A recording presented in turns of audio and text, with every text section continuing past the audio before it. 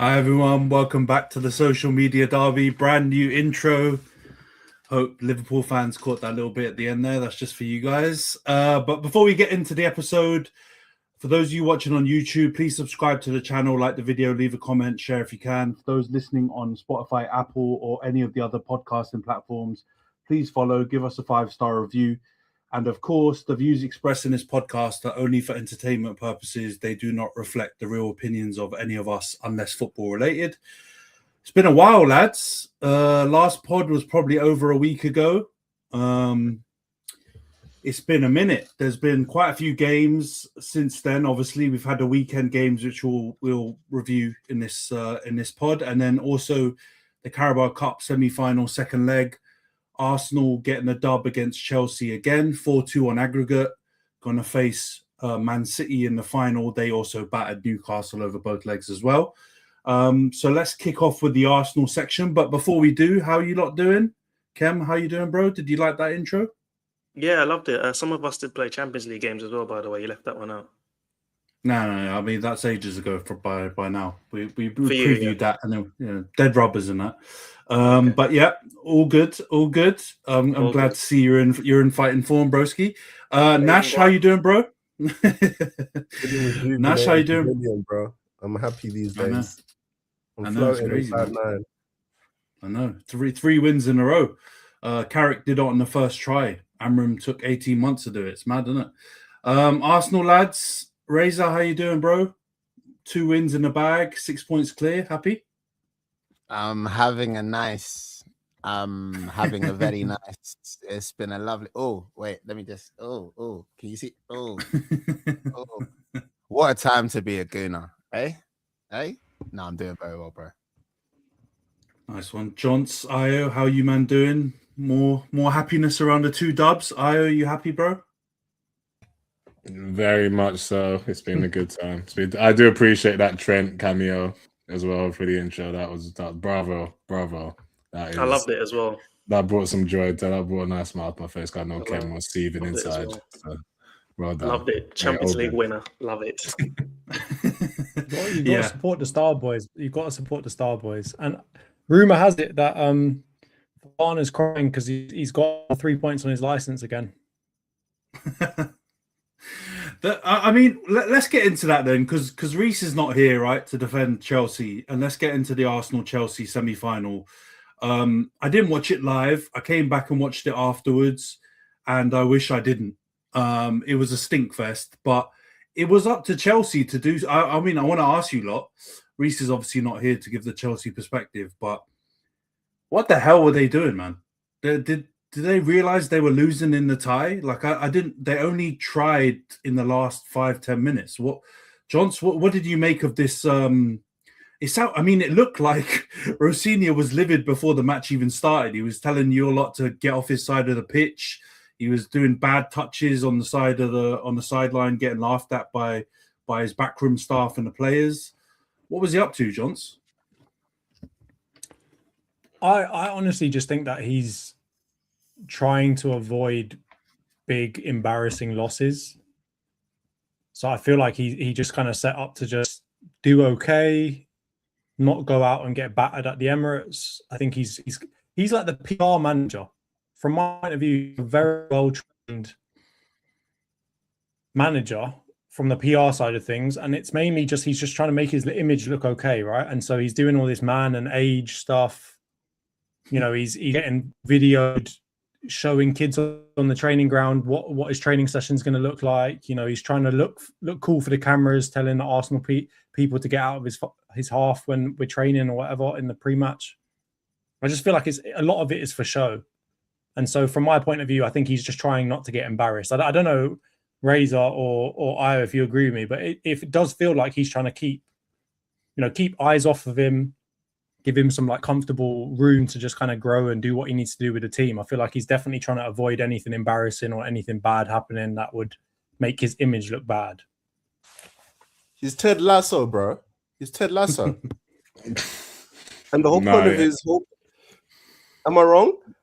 And the reason why he's trying to mitigate the disaster is because once the facade crumbles, then he has to actually make up for it with his work on the field. And he's just not tactically there. He's Ted Lasso. Yeah.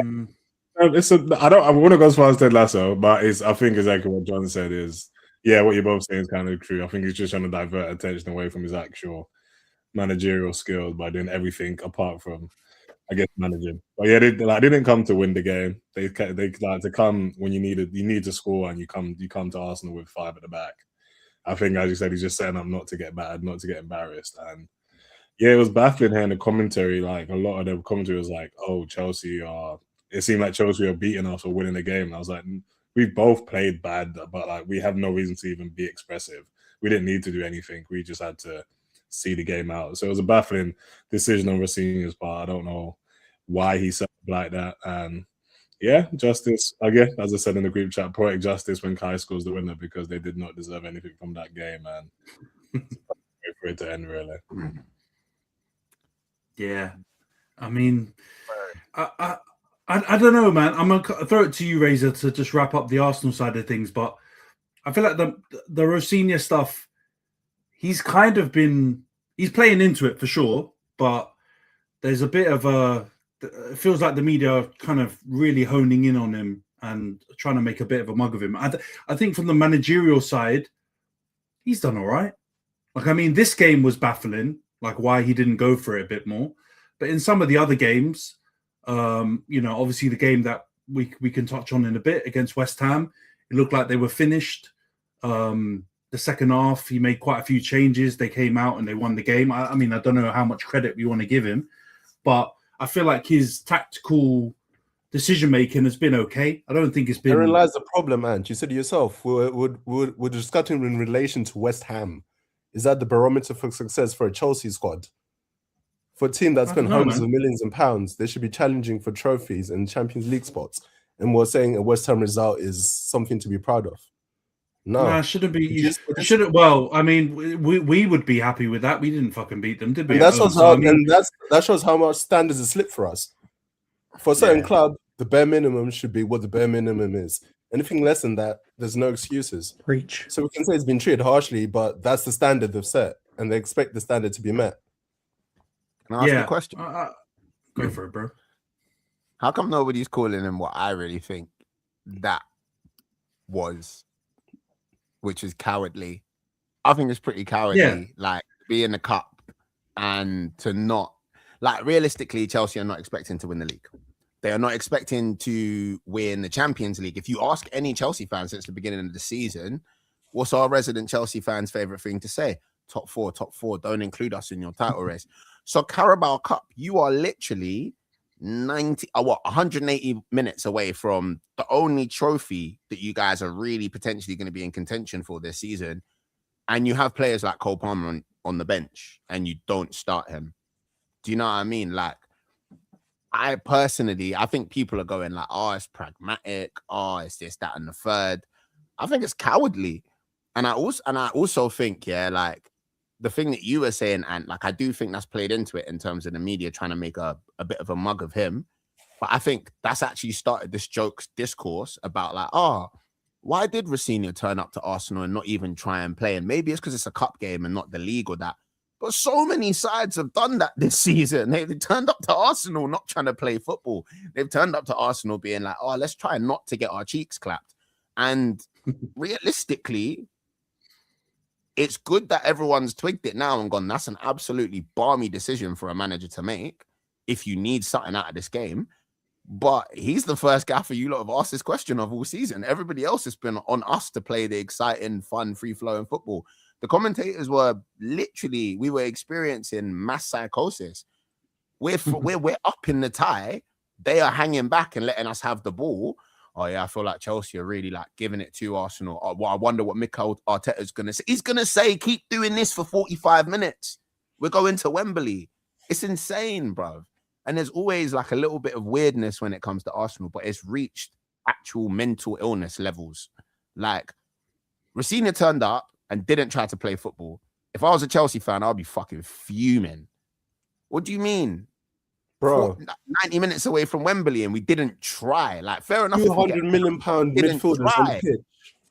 200 million pound midfielders on the pitch and you don't try, please. What are we talking? That's pathetic. I don't. Maybe because it was Arsenal. Yeah, if a top 6 side did that against City or did that against Liverpool, like we would call it what it is. It was cowardly. Yeah. I actually felt bad for Chelsea fans. That Rory, what's his name, Jennings guy, like he was on there being like, I hate Arsenal, I hate Kai Havertz, I hate this, I hate that, I hate them, and I loved it. But that's not good, bro. You can't be spending hundreds of millions of pounds. Like word to Musa, can't spend hundreds of millions of pounds and turn up and just kind of roll over and spread it. What are you doing? That's mental. Yeah, no. I do agree with any criticism he's getting for the Carabao Cup, both legs, to be honest, at home as well. They didn't go for it until they were like 3-1 down and looking like they were out of the tie. It was weird management of both of the games for sure. But I do think they've been all right in the league. Like he is what he is. There is going to be an element of learning on the job with him, and the stuff that Nash is saying about. I mean, Ted Lasso, like Io, I think that might be a bit too far, but I get kind of what you're getting at. He's not the finished article. He shouldn't be manager of Chelsea. Let's be real. Reece was crashing out on here when there was talk of him becoming the manager. So that was valid. But I think in the tie, in this game, it didn't make any sense, man. No one should really be chatting about Arsenal too much in either leg because Chelsea didn't really go for it. So it was a bit of a weird scenario. And yeah. If Chelsea are not attacking and you're up in the tie, why would you do anything other than just keep the status quo? Khem, you are a bit. Go on, Razor. I was just gonna say, yeah, even what Nash said, yeah, like people are crediting him with making substitutions and bringing it back against West Ham, who've been absolutely diabolical.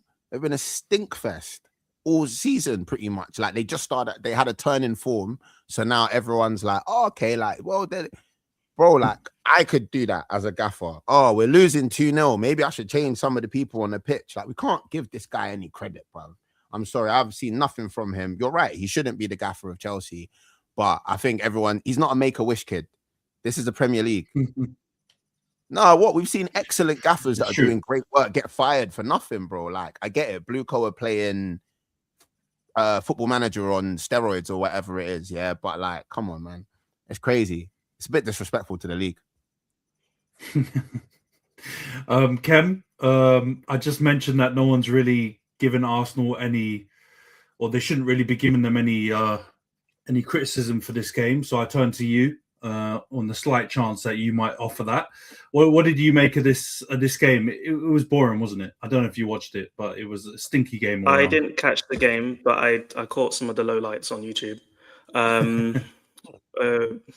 No, there's nothing to slander Arsenal for. Like, maybe Chelsea, like maybe he pussied out with his tactics because when at Stamford Bridge when they tried to play, they let in 3 goals at home, didn't they? So I could understand the whole, I don't know, sort of, I think Mourinho style of try and keep it cagey, maybe make the crowd tense or whatever, and then go for it last 20 minutes if that's what his plan was. But they failed to execute that. As for Palmer, I don't know. Don't their medical team sort of tell them who can and can't play based on their fitness? And that might have been something that he didn't have any say over as well. Nash was wild in calling him Ted Lasso, though, and he was inaccurate as well. He is Moss from the IT crowd, guys. He is trying to aura farm everything possible at every situation. He is weird. And someone said he's trying to get the attention off him. Well, he's not doing that. From day one, he has been adding more and more attention, more criticism his way, where he's just getting mocked left, right, and center. And now, as a former player, he's even getting cussed out by good people and terrible people, for his terrible first touch on the sideline. So, yeah. Have a day off. Just have a day off. Please have a day off. I beg of you. So it's poor from Chelsea because you might as well go for it. Give your fans something to get excited for, but maybe it's quite clear they were just scared of what Arsenal could do. They obviously felt that Arsenal were a superior team, and he wasn't confident in going for it for the full 90. So that's really what it was, man. They lost to the better team, the stronger team made the final. So that's that. Yeah. I agree, man. Generally, I agree, and I guess The only thing I'm trying to work out from that game was who had a baggier touch. Was it Rosinha or was it Gyökeres during the game? Settle down, mate. Settle 50-50. down, mate. Gyökeres honestly does just His dribbling is his dribbling's painful. Watching him dribble, it does. But we can't. We'll leave him alone this week because I think he scored in the against. Nah, he did. He scored in the Leeds game. He scored in the Leeds game. He scored in the Champions League game. Oh, okay. So he's had a good week. We'll leave him alone. Yeah, I hear you, but I still think it's 50-50 on who had the worst touch. But let's go to the Leeds Arsenal game. I have to give a big shout out to you lot for this, and Khem's going to go off on his little agenda about glazing or whatever. But Leeds away, and Khem knows, and me and Nash know, is not that easy. We've both gone there and not won, and you lot absolutely battered them 4-0. Could have been 6, could have been more. It was complete one-way traffic. Leeds were absolutely shite, and you guys were on fire. That Jesus goal at the end was class as well. So I'll throw it to you, Razor. You're doing all kinds of faces. What did you make of that 4-0 win? Was also, be honest, were you a little bit surprised at how easy it was because of everyone was making out this Ellen Road trip was going to be a sticky one?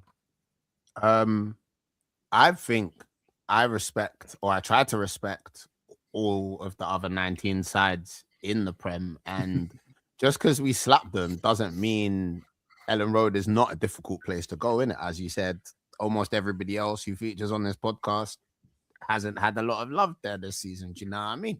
But realistically, I was surprised by how efficient we looked, how slick we looked. I agree it could have been 5 or 6.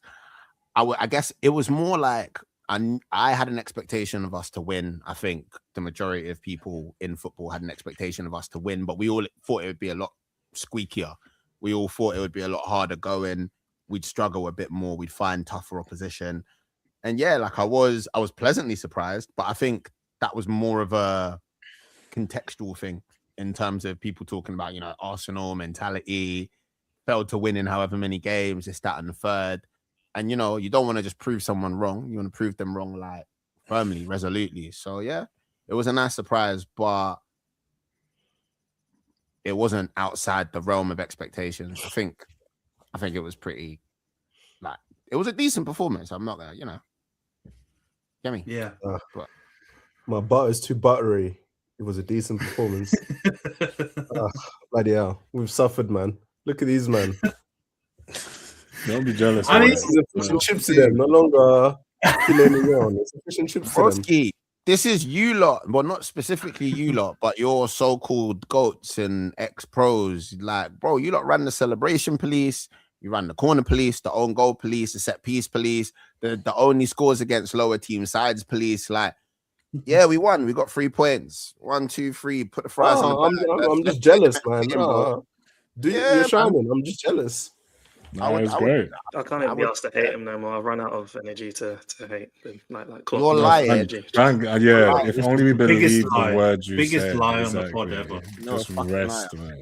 Where have I put any Arsenal hate in the last week? Just leave 2 weeks. It's coming. Because you can't. There's nothing to I'm hate opening on. pod. I said you're the joint favourites because you got more depth. Man was comparing goal involvements in the last 3 Premier League games between Wirtz and Saka in the group chat. You are a shameless bastard. We'll get to the Wirtz part. Does that concern you about Saka's, goal? Bro, keep the Starboy's name out your mouth, bro. Because I want England to do well, and if he's going to be playing for England, his bad form over the last 18 months concerns me. He's still good for England. Don't worry about that. Well, he let his country down a few years ago, so I just don't want it to happen again. He's one of those. What have I told you about this guy? What have I told you about this guy, bro? In Rickman's worth, bro. I've told you. Rashford let his country down as well as Sancho, man. They all need to get Hey. He knows who he is. You've activated Nash now. All right, let's go to Io, because before the game, you were half happy, half not happy. Odegaard was riding the bench, but unfortunately, long may continue. That was the happy part. The less happy part was that Eze wasn't coming into that position. Were you happy with the overall performance though? Because it didn't really matter, right? You got the dub. It was a 4-0 win. It was I can't. right? Yeah, I can't be mad. Well, I was obviously at first I said it was like a slap in the face, but it was a slap that got kind of taken back after that. It was a good performance. I can't be mad about that part. Like you hold your hands up. Clearly, Havertz didn't do much, but obviously I think it was not against the Leeds game. I don't think he did much in the Leeds game. Like he was good. It wasn't influential, but I think it was good to see him. I think as Arteta said, it's a bit more of a physical game. Maybe that's why he needed him there. But yeah, I think as I've always said, as you can see, it's not always Eze. As you can see, he has his moments. He needs. Some people say he's a bit of a moments player, but yeah, no, I think he's good. I think Odegaard needs to be, if it is Eze and Havertz interchanging, I still want to be happy. But you know what I mean? It's just I guess if Odegaard's third string, then maybe that's a good thing for the club going forward. And that's where we need to go for the betterment. Because I think that Leeds game was really impressive, as Ray said. Like you get to a point where it's not easy to go away to Leeds, and so what we did was it was effective, it was clinical, and yeah, man, I think Eze needs a bit of running games, bit of confidence, but no, overall I was unhappy, not unhappy. I was kind of gutted for Eze. I think that's a better way to say it. I was gutted for Eze not to get the start, but we won, so I can't be mad if we win the games. You know what I mean? Yeah. Can I throw this and I'll bring you in, Jonty? Yeah. I get the sentiment that you want to see Eze from like the start, or you want to see more of him. But it's also surely a bit on him as well when he does come on to do something a bit more than he's doing. Because you could argue when Odegaard came on, man had an assist. I'm not saying he was world class after he came on the pitch, but he impacted it pretty swiftly. And I'm not a big Odegaard fan, right? But he comes on and he does something. And when we have seen even if you look in the Chelsea game, he didn't play that well. He didn't really do that much. So you can say that about Arteta, but Eze's got to do something as well, right? You're going to be fair with that as well. He's got to show more. No, I mean, I think that is quite clear. But look at the conversation that we're having. We're having a conversation as Arsenal, two different teams. It's the team with Eze and the team without Eze. And Io only supports the team that has Eze in it. And if there's no Eze in it, then he doesn't support Arsenal. You're such a liar. We've created factions even within the Arsenal team. And this is the whole, like, the enemy of supporting your football club is this player FC bullshit that Io likes to live on. Oh right? my God. If the team without Muniri, without Eze, is not the team that he supports. Right, the team with Odegaard, you may as well be Liverpool, you may as well be Man City, you may as well be Man United, because he hates you. I just want the betterment of our team. Doesn't matter who else is in the team. It doesn't matter if Gabriel's in there or Saka's in there. As long as it's got Odegaard flicking his hair about, I'm supportive of that team. I think everyone should want that. I don't know how that's a bad thing. I don't know how that's a negative. To not want Odegaard in the team, I don't get how that's a bad thing. I still support the team. You're talking about the captain of our football team, whether he's good, bad, or ugly. Look at the way you're talking about him. You talk more vim for our players. Did you not talk? You have him for any other player for any other team that's played against us. Did you not talk bad about William Gallas, who's the captain of Arsenal Football Club? It don't matter. Sometimes if he starts for the team, I'm not going to be like, oh, I don't support these guys. I want them to lose because they don't have the player that I like. Lose. I've never said us to lose. You've come in here. Look at your title. It's not always Eze, aka it's not always about Eze. Stop talking about him. Nothing. Right? It's not easy. It's not always easy. Support the team and it's relax not always yourself. Easy, mate. It's not always easy. I feel like we're turning into Man United fans, where Antony and Nash argue about when Bruno starts or when Rashford's playing or when he's not playing. It's like, bro. You set yourself off. Want them to win. I didn't set you off there. If we win the league and Odegaard touches the pitch the whole time and Eze never touches the pitch again, are you going to be happy? Yes or no? Of course, I'll be happy. I won't be happy seeing him lift the trophy. You're a liar. I won't be happy. I'll be happy after the trophy. You are a liar. No, I won't be happy seeing Odegaard lift it. I'd like to see Rice or Gabriel lift it first, but exactly. Look at this. He doesn't even want the captain to lift the trophy. He's not happy with the captain if he lifts the trophy. If literally Eze, can you go? The only way he'll be happy is if Yes, You please. live closer Or to their Man City. stadium. Can you go and support West Man Ham? City need fans. They've Yeah, excommunicated again. look at their stands Yeah, out here. Man City can't fill out a stadium. Rice and Jonty's Gabriel right, lifting that bro. trophy, it'd be fine. Jonty is right. Okay. We've won 2 massive games, however many massive games. Did I complain? Or did I say I was happy to just see look Odegaard? at the man them's taglines. Yeah, we got Gyökeres is better than João Pedro, which is very debatable, but I back the energy. We got Havertz, a nice, and then what have we got? It's not always Eze. What's the difference between you guys? No, that's what you meant by that. Because I could tell It's you not always easy. Havertz, It's not always he's celebrating easy. Gyökeres. It's not always easy for Eze. It's actually a bit of a backhanded compliment. It's not always easy being Eze. Dude, there you go, mate. Eberet. Guys, You're my exactly. guy. I want to see you ball out. But I also 100%. want to see you with a medal. And the two aren't mutually exclusive, but one's more important than the other right now. 100%. I'm not even talking to Ayo. I'm talking. Get me. All of this nonsense. Even his camera knows that he's chatting shit because every time he mentions Eze's name, his camera zooms back out and he doesn't talk anymore.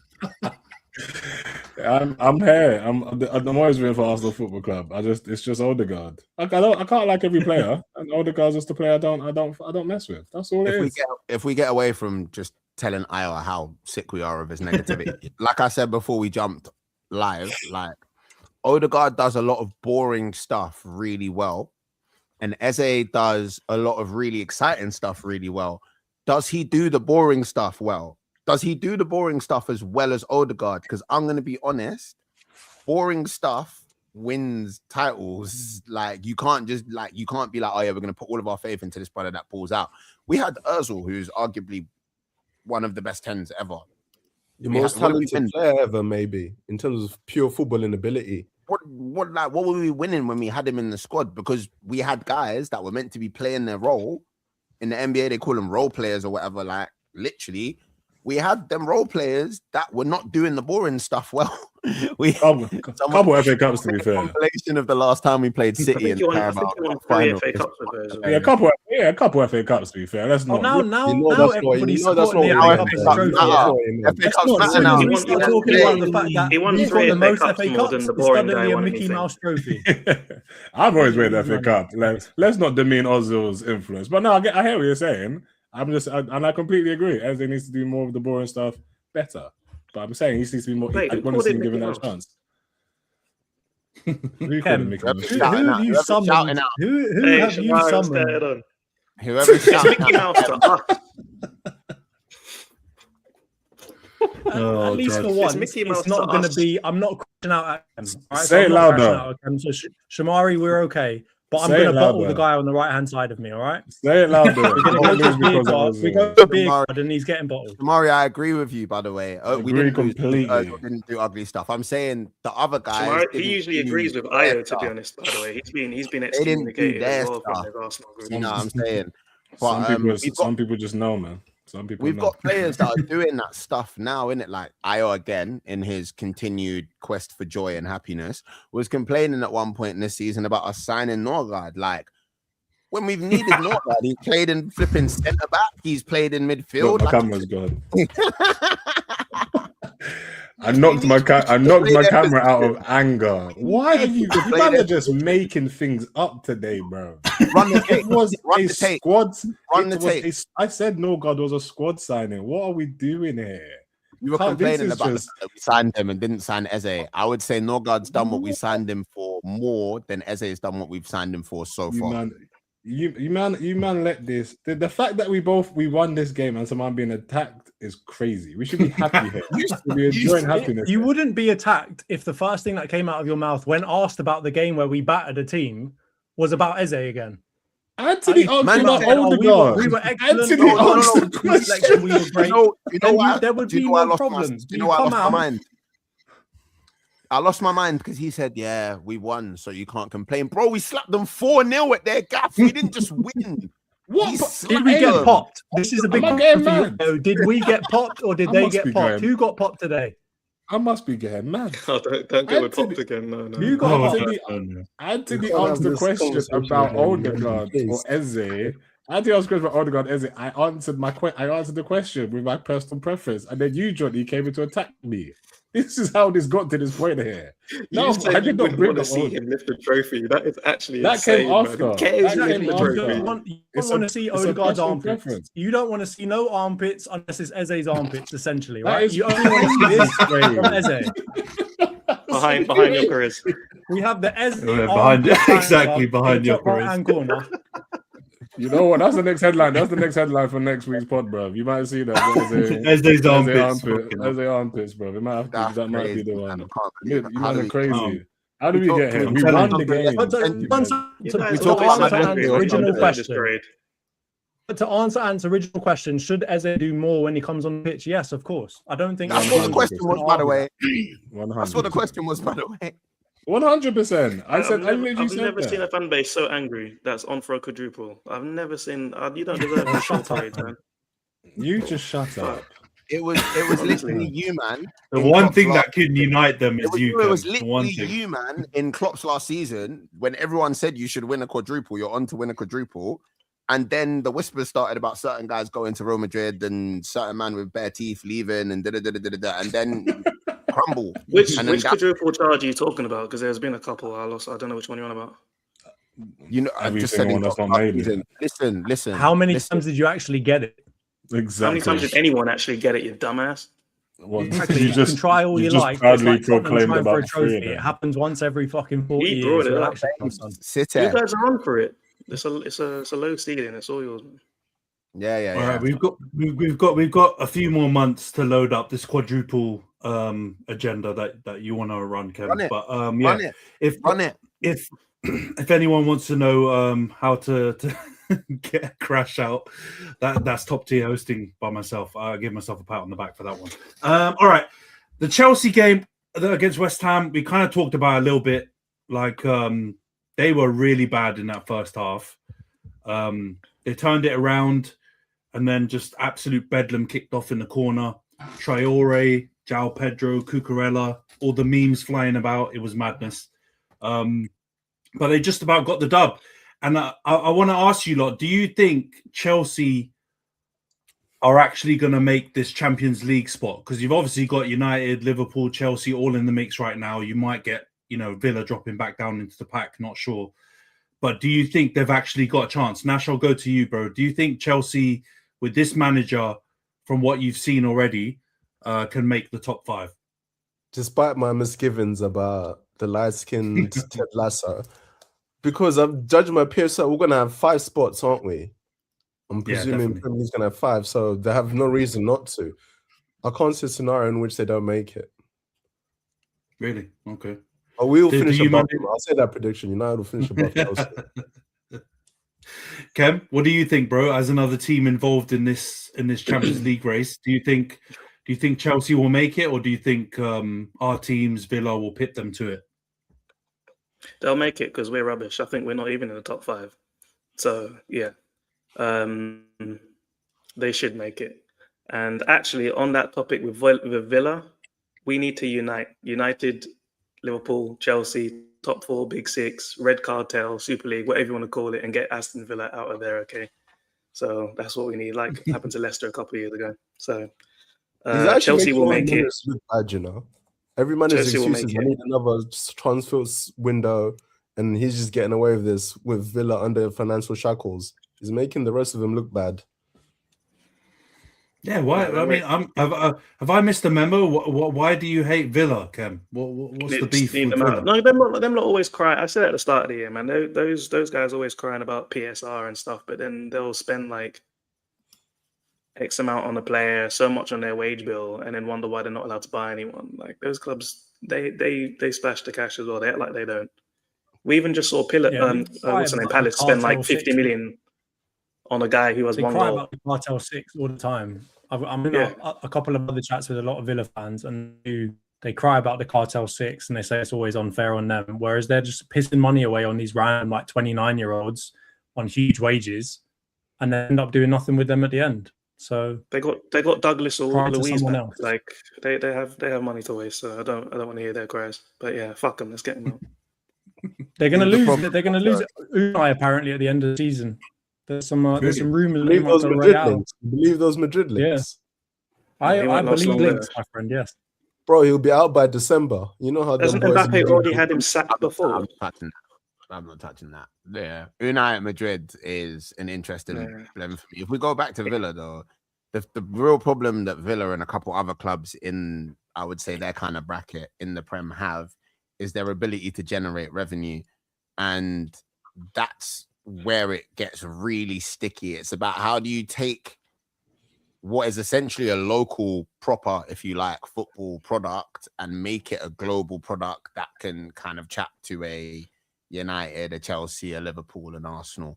And that's what I think a lot of these clubs are struggling with. And that's probably why when people, obviously, like Saudis buying Newcastle, for example, it's a lot of money.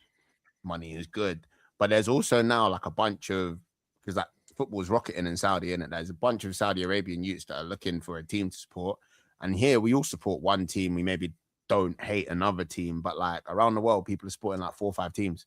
The Americans are supporting like 5, 6 teams. So people are trying to grow the brand of their football club so they can become more global. And I think that's where Villa's like proper struggling. I think they've tried it with Europe. They've tried it with signing players from different parts of the world. But realistically, I think that's what it is. When the Villa fans complain about the Cartel 6, that's what they should actually be complaining about. But they're complaining about us. They're complaining about bread when they should be complaining about having no fans.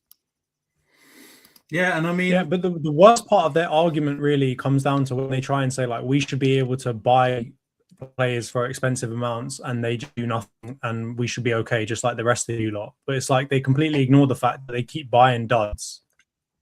And then as a result of buying duds, they're not allowed to buy more duds. It's like, well, okay.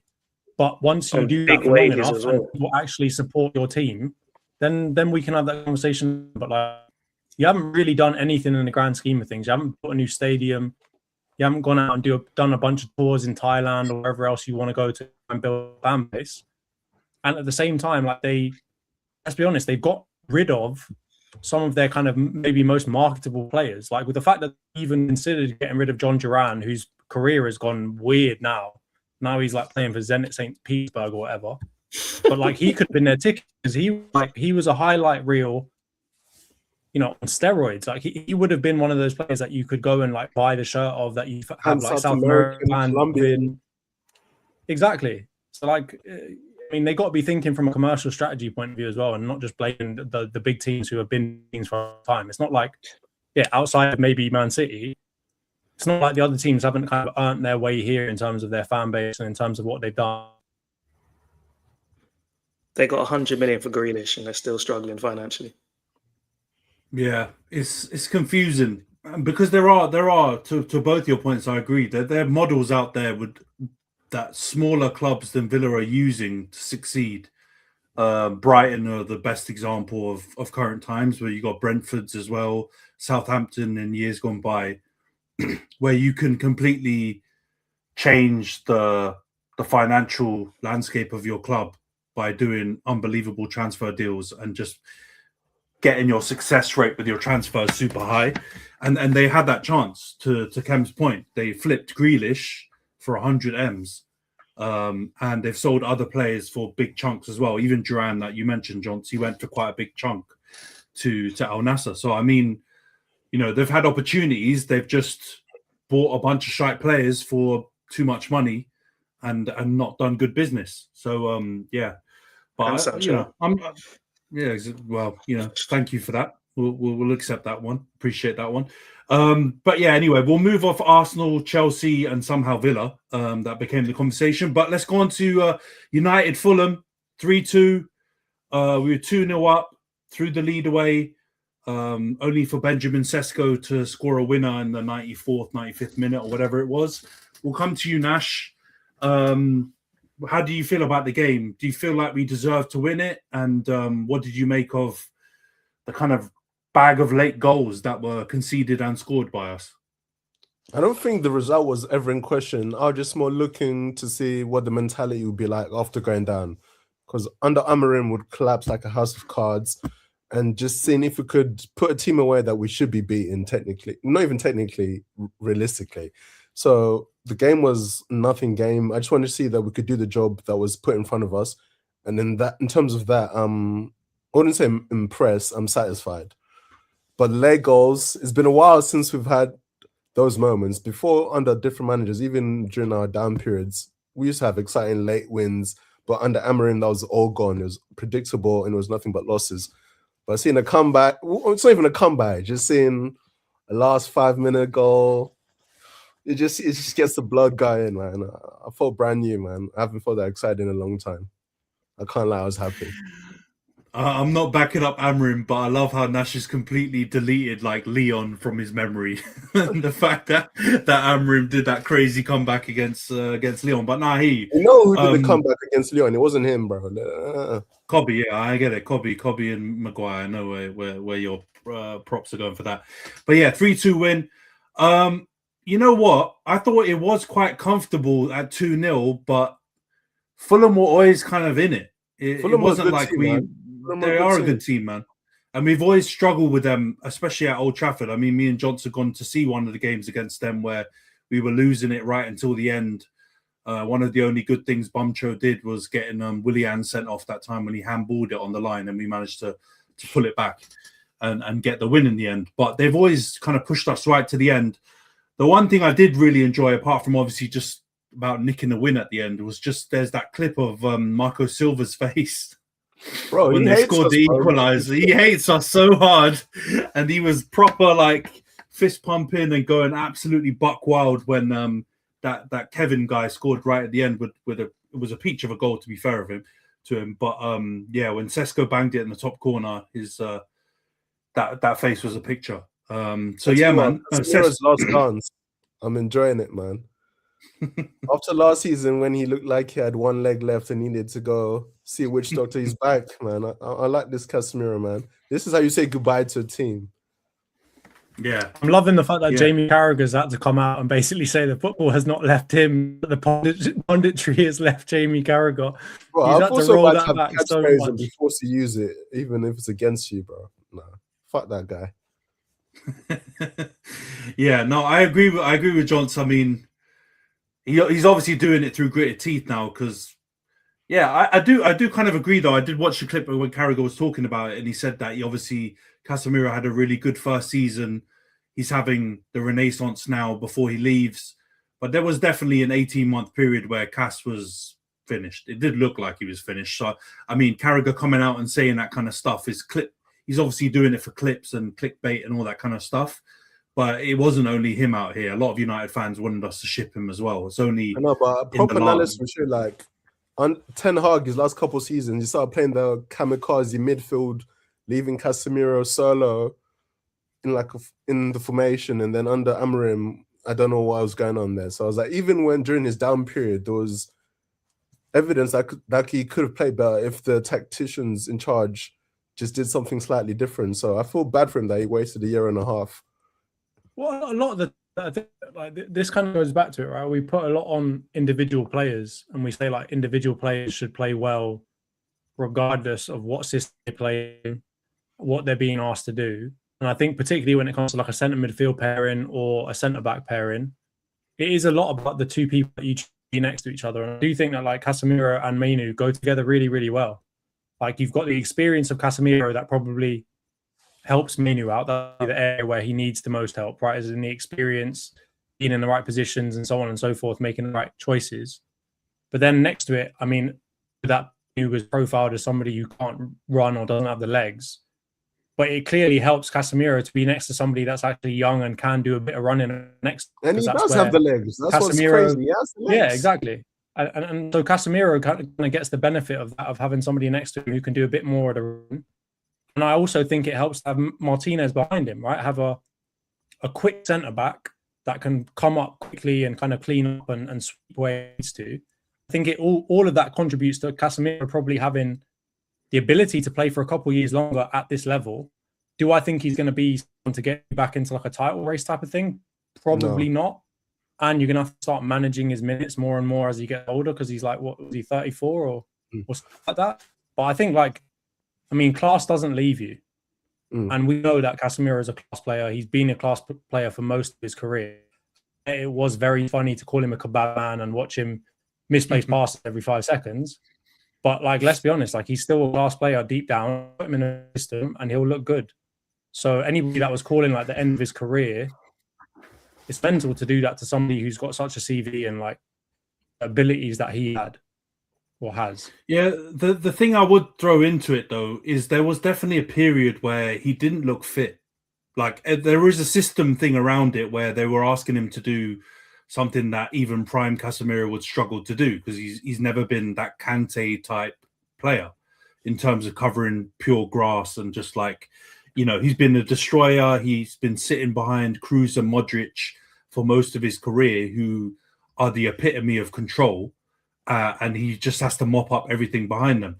And yeah, he definitely did have a period where he, like, the kebab man stuff was disrespectful now in hindsight, but he definitely has got himself back into top shape, and he's able to. Lazy and emotionally down. They put on the weight. You can see in his face, man. He's always had a round face, but last season he was taking a piss. Yeah, he's definitely back to top fitness. That's one thing I will say, and that's helped him with this form. But you also, like John said, I agree, man. Right back on the Cobby train. You stink, Khem. How dare you ever call him an industry plant or whatever bollocks came out of your mouth during that time? That boy is top tier. I don't think the Fulham game was. They don't make him like him, bro. They don't make him like him. I was rewind because he's saying he's back on the Cobby train, but there was a large period where you were off that train, my friend. I think we might need to pull up a couple. Yeah, he stopped, dropped, and rolled off of that thing, man. He was back in Amorim, bro. I remember those days. Yeah, but he's faking his love for Cobby the same way he faked the that is shameless, and that is shameless behavior on your part to try and deflect onto me. Back in, you know. I'm not sneaking back in, bro. I've always been on this train. I've always been on the train. I was just in the quiet, you know, the quiet cabin for a little bit while the Amorim stuff was going. But now I'm back on the first class seats, man. I'm back on the Cobby train. But yeah, I was just going to round out the Cobby stuff. I don't think it was like I think he was like absolutely class against City. I think he was very good against Arsenal. I think in this game he did what he needed to do. It was a very tricky game in midfield. He did the dirty work. He did a bunch of challenges. He did like loads of last-ditch stuff that he needed to do that people, when they were back in the Amorim stuff about him not having legs, like he's proven that now. We all know that as a fact. He's not, again, like someone who's going to cover loads and loads of like every blade of grass in a Kante type way. But I mean, the stats, he was the player who covered the most grass in both of those big games. And I'm sure his stats for Fulham were pretty good as well. But yeah, Cunha scores, Sesko scores. I'm not going to lie, man. When Sesko took that first touch, I was livid. I thought he'd effed it up, man. I thought he's got the first touch, man.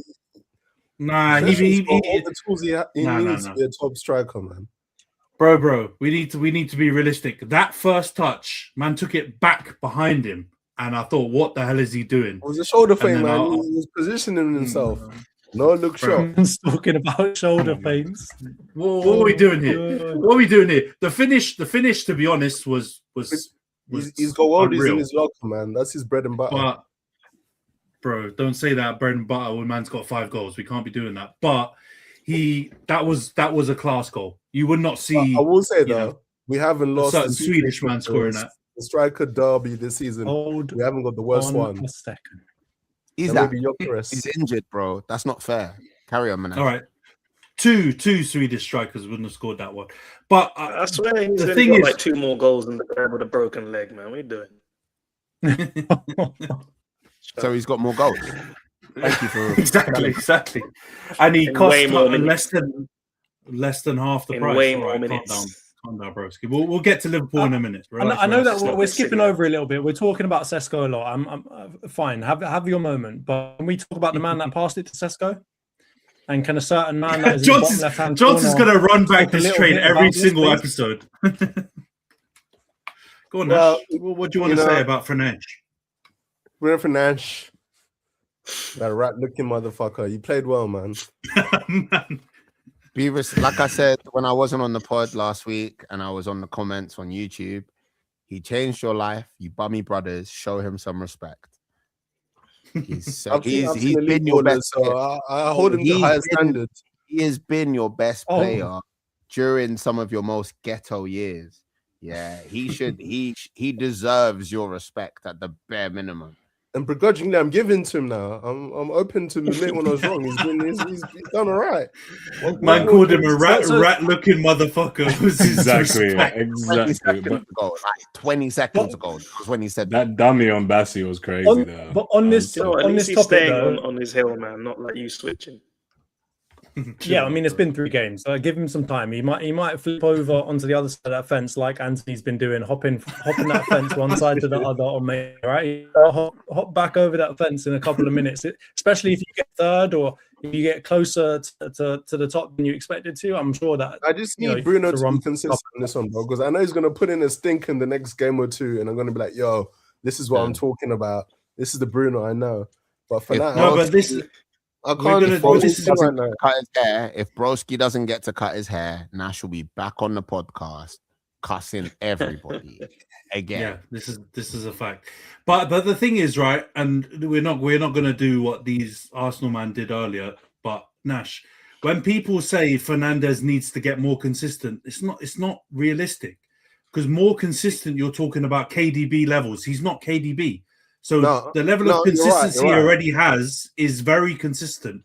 And what you're asking for is another level that he can't reach. And when they say consistent, I mean they want him to be less sloppy on the ball, less kamikaze with his passing, but that's who he is. So to take that side of his game out of it, he's no longer going to be Bruno. He's going to be something else. So you have to take that side of his game. You're also putting him in a position where he can afford to do that, right? A 10 is supposed to do stuff like that. That's what we expect from a 10. He can do this nonsense he's playing now, but before, when it was on Amrim as a 6, didn't want to see it. Didn't want no parts of it. And that's fair, right? And that's fair. If you're for a man who is built to be like that, to play in a position which makes him look a lot more, let's say, vulnerable, and then he starts doing the hero again, like how much of that should be on him versus on the manager that's putting him in the wrong position constantly, right? Like maybe it's again, I know you don't need to be convinced. I know that you hate Amorim and you would like to see him go to The Hague. But my bigger point is like how much of all that anger that you had for him before was actually just placed that you should have been putting on the people that put him in a position where he should not have been playing. No, you're right. I'm willing to admit that a lot of my anger was misplaced and that I was taking out my frustrations on Bruno because he was someone I could see getting shipped off before the manager. But now a lot of my anger's dissipated, and you know what? I'm begrudgingly giving him his accolades. So I want to bring up one point. I don't want to take us too far away, but I saw one like big thing was being discussed on the internet around Man United, right? And Man United fans were essentially debating for the whole time that Bruno Fernandes has been at Man United, has been a thumb up or a thumb down. Like, is his career at Man United, if he leaves in the summer, is it going to be a yes, he was good for us, or was it going to be a he was good for us? It was a lot more like even both sides than I would have expected it to be. I would say for the price tag, he wasn't bought as an £80 million player. He was bought as a chance signing because City were in for him as well, 40-something odd million signing. So there's no way he could ever be classed as a down for him. But he never, so it's like, he was always been a success. But I guess I expect elite at United. So in terms of the levels that I hold him up to, he may have not reached those highs. But in terms of his actual career here, he's done very well compared to the rest of the signings who were bought for so much more money and drastically underperformed compared to him. So above Pogba in the Man United? No. Pogba a lot more. Oh, no. Okay. Especially in that season, highest assister, highest passing. No. Labille always been. Bruno's got 12 assists right now. He's clear of anyone else in the Premier League. And I was actually mocking this to you, I think, Jonts, when I saw you the other week, where people were saying, can he reach the Henry KDB 20 assist record? And I was saying no chance, blah, blah, blah. And then he managed to get a couple of assists in the next game. So I don't know. It's possible that he can get close to that record. But back to Johnson's question. Many an Egyptian had. Yeah, that record is cursed. With that question, that shouldn't be a question, man. Like it shouldn't be. That shouldn't have a Brexit result. It should be absolutely overwhelming that Bruno has been a thumbs up for United. the fact is we've been a thumbs down for him. If we I think about the what players that scares we me brought most around about him, Bruno stinks. is he got a lot more grace and support from the United fan base than Pogba ever did. I was like, they're not that give excuses for Bruno. They say the team let him down. They should have done more for him. Poor Bruno, he deserves better. None of the same grace was afforded to Pogba. So that will always be another thing about this whole dynamic that will frustrate me to no ends. Yeah, but then that's just you misplacing anger again, because that's not Hey, Bruno's this is fault. what That's our we're stupid talking fans' through fault. my feelings. This is honesty. Yeah, fair enough. And I agree with you on that. 90 million is a lot. You know about that, don't you? We'll get to your £70 million defender that 19 years old, the outerwear chap in a little bit, bro. But before we do, Currency as well. you know, I will just wrap up this United Fulham game and just saying, if we look at the XG, Fulham should have won this game. So I just thought I'd drop that in there for you. All right, let's go on to Liverpool. Quickly, do you think we made top 4? Yeah, I think we'll make top 4 or top 5 Champions League. Okay, I think we'll definitely make top 5. Yeah, I think we'll definitely make top 5. What order? I'm not sure. Because I do actually think the hot take, I think Villa will start slowing down. I don't know if that's a hot take anymore, but yeah, their injuries in midfield. If I was a Villa fan, I'd be seriously worried. All their good midfielders are out for the whole rest of the season, and they've got Douglas Luiz back. And I'm not a big fan of him, so I think they might drop off a little bit now. And Leon Bailey's back as well, and he's shit. So all right, let's go to Liverpool, Newcastle, 4-1 Liverpool. Hugo Ekitike scores 2. Florian Wirtz scores, and I think he gets an assist as well. Konate scores after he's come back from some personal leave. Obviously, his father passing away and all that. RIP to him. Khem, what did you make of the game? Because it was a rocky 30 minutes, man. Anthony Gordon was out here scoring. You know, you're looking a bit ragged, but you turned it around and got a comfy win in the end. Yeah, it's just typical Liverpool, really, especially at Anfield. They can give up. You can get through them, play between the lines. So I think they lucked out. I think they hit the post as well before they scored, so it could be a completely different game. But good to see our 23-year-old striker and 22-year-old midfielder still getting up to speed and starting to really, really ball out and get those combinations together, finding their feet in a new country, new league. So well done. It's just funny that he's gone back to this is the same team he played against Carabao, and it's like the same team he played that I saw in the Community Shield and the one that played the first couple of games in the season when idiots Carragher were crying about, you know, the balance of the team and the mid block and the low block and all this woke shit where he's trying to sound smart to get a new contract from CBS and all this fucking bollocks he's talking about. And then Slot definitely wallied out and then tried to make the team more compact for about 5 months and bored the life out of us. And now he's just gone straight back to the team that will concede chances but will create a lot of chances. So here we are back to the start. So yeah, like good win. Happy that it was a strong moment for Konate, because like he even said he came back because obviously like we had more injuries at the back. So fair play to him for doing that, because obviously, you know, there's things that are bigger than football. Lost his father and all of that. So yeah, and he had a good game as well. Not just the goal. I think he played really well. So credit to him. Yeah, good performance. They just have to build on it, really, if they can. That's the only thing that they've been completely lacking this entire season, is any form of consistency. I know there's been injuries and civil wars and all sorts going on, but yeah, it's just good performance. Hugo's probably the only shining light of this season, and he's getting the numbers to go to back up with the performances now, because the guys earlier in the season were missing like easy chances, and you know, he could have had some stats to go with it, but you know, he's worked hard off the pitch. I did tell you about his new bodybuilder plan in November, and it's paying off now. He's, you know, as creative as Starboys. So yeah, let's see if it continues.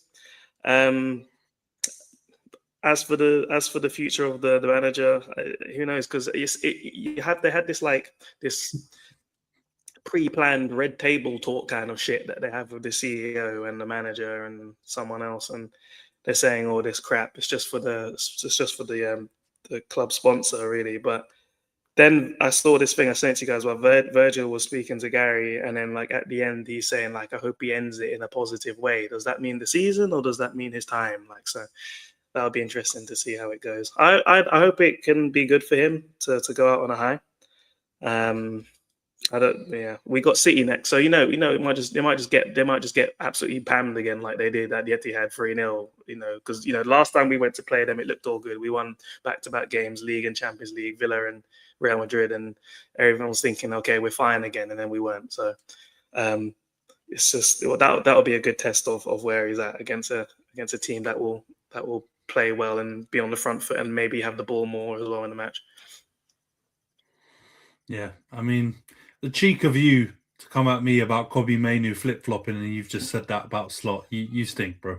What did I say? I've not changed anything. What have I said? I've always said I hope he goes out on a high. I've not flip-flopped. The receipts with you cussing and going absolutely off in a group chat about Slot and saying all kinds of things that we can't repeat on air, although you do try to every now and again. And then now you're saying you hope he goes out on high. That you didn't say that a few weeks ago on the pod. You were hoping he lost. You stink, bro.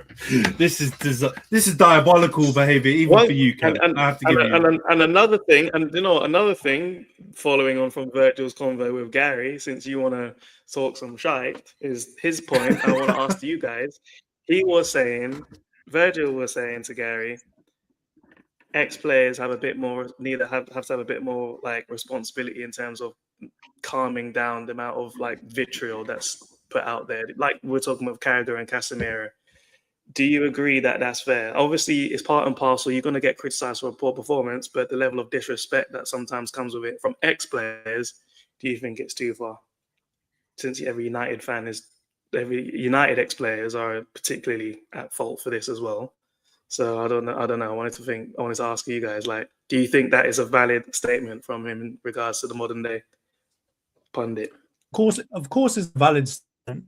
I mean, like every single one of us here can say that we have hated one of our legends at some point or another because of some dumb shit that they start when they've been doing their punditry job. Right? I can talk about Martin Keown, you can talk about Carragher, and Nash can talk about 15 man that are constantly cussing his team out and cussing out his managers and so on and so forth. So I don't think it's like a crazy point, but at the same time, like if they're in a punditry job, they're supposed to at least try to be objective and be able to like critique your team. And let's be honest, it's not as if you're in Man City's position where you're a couple points at the top or whatever else. Right? You're having quite a stinker. So for them to call out your players or your manager, you'll have quite a bad season coming off the back of a Premier League winning season and one that was very impressive. I don't think it's crazy for Carragher to come out and say, well, Slot needs to be doing better than this, or Virgil van Dijk and Salah and these men need to actually be doing something more legends in the dressing room or whatever.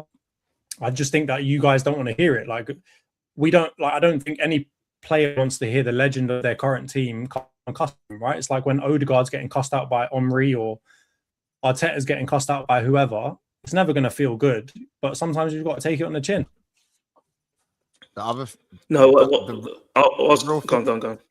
Real thing here, is this. I can't believe I'm saying this, but even Carragher, is so much more qualified to talk on football based on his knowledge of football. In theory, when you take the Sky Sports renewal contract out and trying to not get replaced on CBS and all of that, when you take all of that shit out of the frame, just as it fucking stands, he is way more qualified to talk about football. That's the idea of these past players, especially legends who've done it and won it. Like, the idea is that you're supposed to bring analysis, and the problem is that brothers are more focused on clickbait and engagement numbers than actually provide an analysis. That's what I was going to say. Yeah.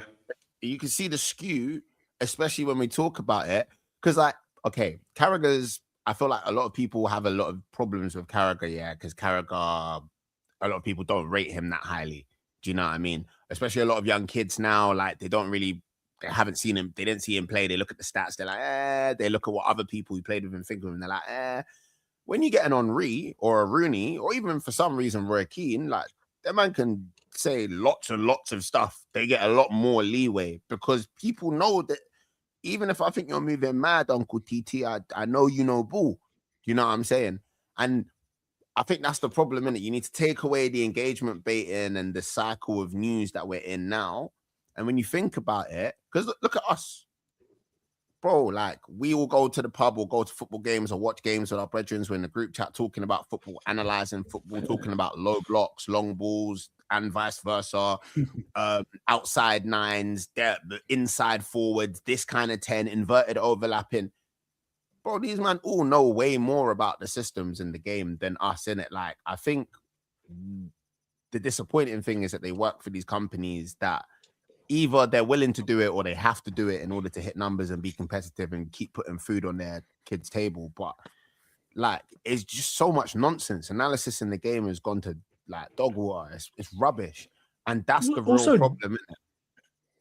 And don't ignore the fact that he's also protected a hell of a lot when you probably should have been critiqued a lot more. Like he's been protecting, and let's be honest, like Sky Sports and a lot of others have been protecting your players more so than I think other fan bases. I know this probably comes across as a biased take. Let's be honest, the Liverpool fan base, generally speaking, is a lot more together than most other fan bases. You have more of like this, I don't know, we're all together, we're all in this together type of attitude that a lot of other fan bases definitely don't have. And you say, right, like Carragher has kept his vitriol for Man United, right? So that Liverpool blood kind of runs through him. He's completely different. He actually grew up supporting in Everton. And he's protected your team a lot more than if he was a true objective. I don't think he did, because when you look at the Salah situation, that was he could have kept his mouth shut that whole time, really, because he wasn't involved. That's his job. It was the biggest story in football. But the thing is, to Virgil's point, he's talking about ex-players and some of their slander and their clickbait towards current players, because those ex-players were once current players in their day, and they had to deal with it as well. So they kind of have a responsibility. In Salah's good times, Salah's one of the it. best Premier League players of all time. Which, let's be honest, he's one of the top maybe 10, but he's not number one.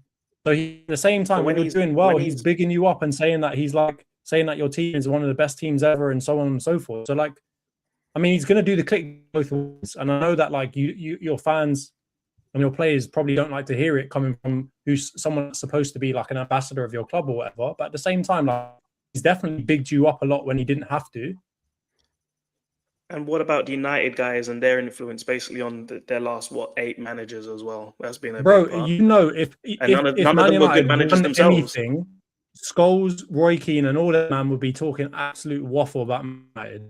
It goes the same way, but also Man United is a completely different story from your team.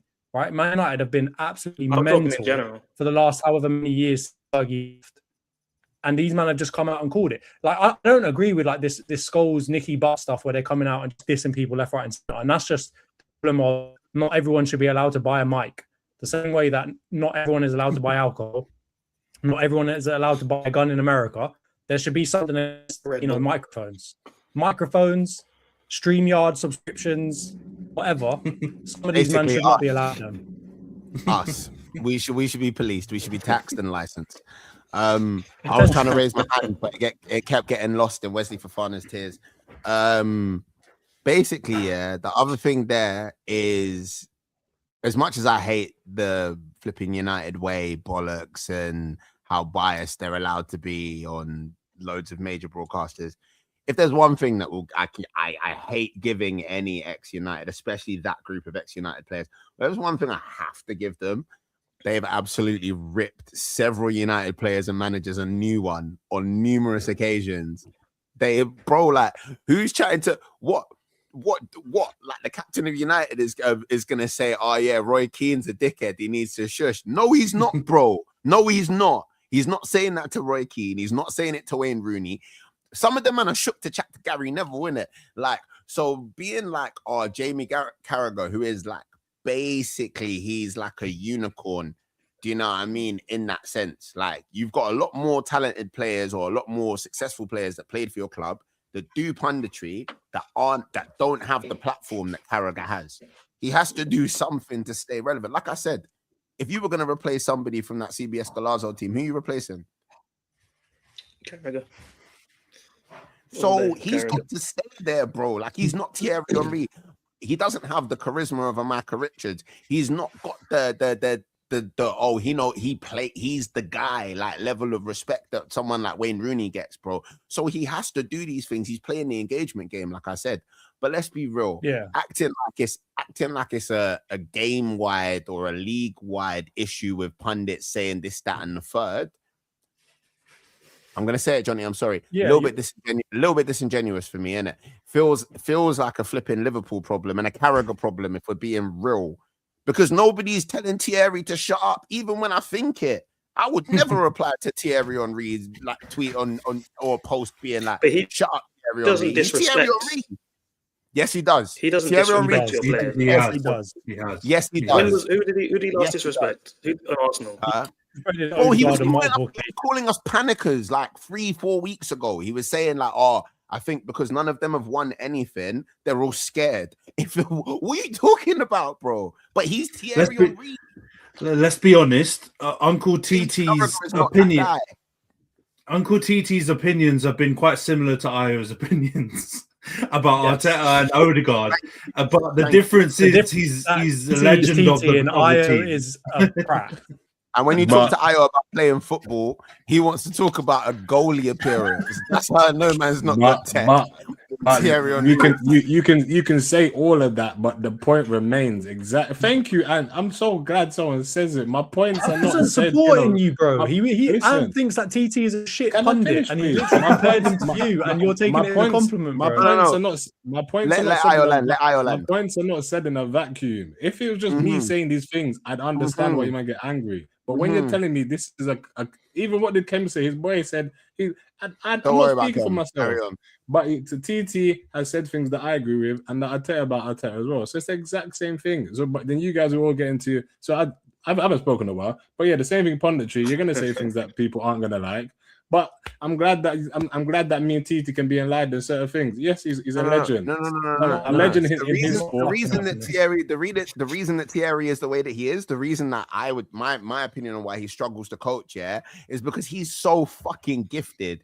He's trying to tell man how to do stuff, and he's just like, why can't you just do it? And he can't. Bro, I can't. I'm not you. I can't. But you're not him. That's why your opinion sounds silly to us. That doesn't relate to my opinion. As long as my opinion is shared by someone like Henry, I'm never gonna take what you man told me seriously. Let me ask you a question. All right. The point you're making that because other people have the same opinion as you, it means that your opinion is valid. Not other people. I would like to point you to the theory of a flat Earth. There are many people who believe the Earth is flat, and they are all idiots. People, the king of Highbury, please. Other people is clearly disingenuous. The king of Highbury. He did not say that Thierry agrees with you. He said that he said there's points that he makes on Arteta and Odegaard. Yes, exactly. Can confirm Jamai he told me Io is right about Odegaard. You're not alone there, Chief. Nobody thinks Odegaard's the answer. We're just saying that Io needs to love Arsenal more than he hates Odegaard. I'm tapping. Don't worry about it anyway. Andy, thank you for activating me again. I was listening, but you activated me again because that was good. Seems a bit quiet. I would like to activate somebody else, and he is below me, and he's wearing a Beijing Guoan shirt. And I would like to ask you, how did Cody Gakpo play? Because I could have sworn that he started and you won. Yeah, he did. In the 2 games, we scored 10 goals in 2 games, and I don't think he scored or assisted in any of them. So there, let's move. Oh, now that matters. Now that matters. Now you're so disingenuous. Oh my God. I'm sorry. Is his job to get clean sheets or to score and assist? Like so he's a high volume player, and he's a high volume player. He's a high volume player. I saw him at City as well. So you are shameful. He did something right. He pressed well. He won the ball back. Gave it to people who will do something with it. So I'll give him credit for that. He didn't cut inside. Okay, so he did all the things that you ask him to do, and all the things that you completely disregard when he's not playing the way you want him to play. So goals and assists. We're in February now. Those things are now the He problem. played it to the left back. He passed it to his Khem. He passed it to his striker. Took him until February to play like, just an unselfish role player that he is. So happy for him. It's good. Let's not let him. He thinks so he's not the root of all of your team's problems, correct? Huh? He's not the root of all of your team's problems. Bro, he has a Premier League title, yeah? Let me ask you this. Let me now you're back in, bro. Now he's back in. Okie dokie. Let me ask this question then to everyone. To everyone, yeah? Because we know what Khem's opinion on this is. He's made it very clear in the group chat, and he's made some comments about this earlier. So he's got 6 GNA in his last 8 Premier League matches. Is it time that we start to run back some of the Florian Wirtz stinks comments? No. And has he actually come back? Johnson's gone no early. No, thank you. That means Saka's shit as well, then. No, it doesn't. You mean the guy that didn't cost 125 million? Oh, why did you give Saka 300k? You should have given it to someone who actually contributes to the team rather than own goal. Why did you give Salah 450 or whatever you've given him, and now he's fucked off, and because basically the football has left him to 29 goals and 18 assists, you dumbass, and he's been the top scorer, the chain, though, could he? How many assists times, bro? Goals and assists. But he got like 4 golden boots. Right? Stinks. You gave 300k for a corner. Genuine answers, though. And that corner's at the top of the league. Where are you, my friend? We are being genuine. We hate each other. No. I mean about Wirtz. I know that you guys are going to bicker, and we could do an extremely long compilation of you guys going back and forth about every topic under the sun. But about Wirtz, I'm going to go to you, Nash. I'm going to avoid these two for a second. Is Wirtz actually a good player, or is this just... It's been a catastrophe. It's been a catastrophe. For the price tag, his reputation before this, the clubs who were after him beforehand, this is diabolical. And this is a reputation you can't come back from. Even if he ends up being a decent player, a great player, this start of his contribution to Liverpool, you won't be able to live down. Great players don't come back from blips like this. Alexis Sanchez at United, he had a catastrophic start as well. Never regains reputation. You don't come back from a start like this. It's been diabolical. So he's on that Labille trajectory. Damn, what a shame. But he's younger though. I'm just telling you how I see it, man. I've never seen a player come back who's allegedly elite come back from such a poor start like this to make it to the highs they were expected to hit. He's not going to hit those highs. It is what it is. History is on my side. Tell me I'm wrong. Anyway. I agree with you, but I do think he's definitely playing a bit better. I think what I mean, a bit better. That's my point. There you go. A bit better. I'm gonna get there, bro. I'm gonna get there. He's playing a bit better, but the Liverpool, like the XE currency conversion on a little bit better is now suddenly he's really good. And he's acclimatizing and blah, blah, blah, blah, blah. He's just got a little bit better than he was before. And maybe we were being too harsh to say he's completely shit and all this kind of stuff. We got to do it. You guys been hammering every single big money signing we've ever had. And your one, Jonty 0018. Like, that's fucking terrible, right? But he's doing a bit better. Even the Newcastle game, he did simple stuff well, like the assist for Ekitike is a nice little cutback. It's not some crazy, Mesut Ozil assist or something. 3 people and cut it back. Wow, you're just ridiculous, bro. You might as well move onto the predictions, man. He made past 3 guys and cut it back. It was a simple cutback. All right, then, cool. Okay, guess we won't see the same my background. I'll try a bit more. Your optician's appointment is due soon, dude. You know what? No, you know what? I'm gonna like as much as the slander of Wirtz is delightful and seeing Khem's sadness as we speak. He has actually his form has definitely improved. Like, obviously, I think what Manash is saying about the fact that once you start off bad, it is hard to regain that reputation. However, he does look like he's kind of getting used to the league now. he might be understanding how like kind of ways His bodybuilder program paid off. what needs to be done. All right, settle down. Let me finish what I'm saying. As a Like, so I think maybe. Mike.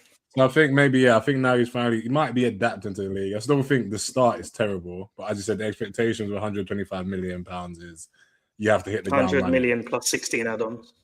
Mate, the money's spent already, mate. They've banked it. Don't worry about it, mate. It's done. Hey, already. No if we point get those in 16 rehashing. million add-ons, that means we've won a Prem or two or a Champions League. Don't try to Okay, rehash that's a it. win-win. But yeah, I like he's Yeah, definitely. it's 100 million plus I 16. think it is just a purple patch, and it is. But I think he's definitely adapted to the league now. I don't know whether he's going to be as Menashe said. He had a lot of expectations. Starboy in next minutes. Mate, Next Starboy's done minute it for for nearly Starboy. 8. Has done it for 8 years, mate. If Tell Starboy me what he's wants to actually mate, done. What has he done? What has he actually done? Don't bring What Starboy numbers into you- conversation. Don't act like- Don't act like What is this. Wirtz? Don't act like He hasn't won Don't act shit like for you, and you're Do not talking about Bundesliga Starboy's player got of the to year do more back for to that. back. He He won the hasn't dragged league his country. undefeated in Germany. Ended Bayern Munich's 10-year run. You But not do that for at When was team. the last time Bayern He Munich hasn't won the done that league? at your He team. was there.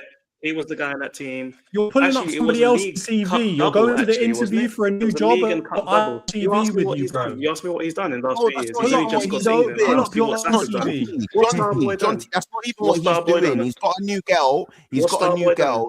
and he hasn't made her like. Oh, reach let's not there get in personal time. now. Otherwise, But I'll he's start saying talking about. like, No, this is just Razor's analogies, Khem. yeah, bro. Don't get scared. I'm not talking. It's just an analogy. Relax. Don't panic. I'm talking about Wirtz. Man's threatening me because we're talking about football. This the other day, Antony was talking about the team that plays at the Amex, and he started getting personal with him. Anyway, yeah, this is like, if one was that better, Khem? If one has a new girl and you haven't been able to satisfy her, but you're like, it don't matter. Her ex made her get there bare times. You know what I'm saying? Like, it's cool for me to not do it. What are you talking about, bro? He's been stinky. I was trying to be nice and I'm going to be objective. If Odegaard went 18 games without any level of goal involvement playing like that, he'd want him tied to the Hague alongside Amorim. What's everyone talking about? Why do we... I just asked you, what has Saka done in the last few years? Why does everybody go into mass psychosis of stupidity when we're talking about things that, like, when we're talking about things to do with, like, people just get personal. You're not thinking logically. Saka defense league is strong, bro. He can't. No, anything, bro. Why do you want to talk Forget about Saka, Saka, bro? Why do you want to talk about Saka? Who the players compare him to? Why do you want to compare him to Odegaard? You'd actually be better off with Marino staying fit than Saka right now, because Marino's been the one that's been pulling his weight. Marino's foot is done, look at Nash. and Nash, you know it's the truth. Saka's a good person. I'm sure he's a lovely Let's guy. be real. Let's say the quiet part out loud. We're getting into talking about Saka. Why are we talking about Saka? He loves Arsenal, bro. He's a Okay, secret so undercover I'm gonna be bro. objective, right? I'm gonna be whatever Io says that he is, and I'm gonna say. Why don't you pull up Saka steps behind Just let me finish my sentence. Relax. One at a time. Wirtz looks good right now, right? And I will say this, right? I'm not going to discount what he's doing in a Liverpool shirt at the moment. He does look good. He's managed to find his touch again. He's actually making good key passes again, and he's getting on the score sheet. He's getting assists, which is exactly what you want from a 10. That's the objective part of it, right? He's looking good in these last games. You might want to even say he's looking good for more than the last few games, whatever. My point, though, and Khem, you can talk about Saka all you want. That's fair. He hasn't been as he should be in the last couple of years. That's fine. With Wirtz, though, you have to bear in mind that the portion of time that he was not good for was quite long. So I'm willing to give him a chance here. And if the end of the season comes and he's got good numbers and he's looking good like he's looking now, then we can have a conversation about it. But just flip-flopping and say, okay, he was shit for 18 games, or even be generous and say he was only shit for 12 of those games, and then now he's been half decent for the next 12 games. That's not enough yet for us to all pull it back and say, okay, he's now worth 116 million or whatever there is. Like, surely you still understand that, right? At the end of the season, if he keeps going like this, then sure, we can take some of it back and say we went early, he was adapting, whatever else. But you've got to just look at it and say, okay, he still hasn't fully made up for the start to the season. I don't think any of them can say they've had a great season. Like I said before, Szoboszlai shouldn't be our best player. Right? At the start of the season, when they were doing mock-up teams, he wasn't even in it. Ekitike can, but Again, I wasn't expecting him to come in and be our best player either. He's done amazing. He's actually better. We need to give him a contract now because I feel like Madrid are probably talking to him already, or PSG. Like I'm scared he's going to be gone soon.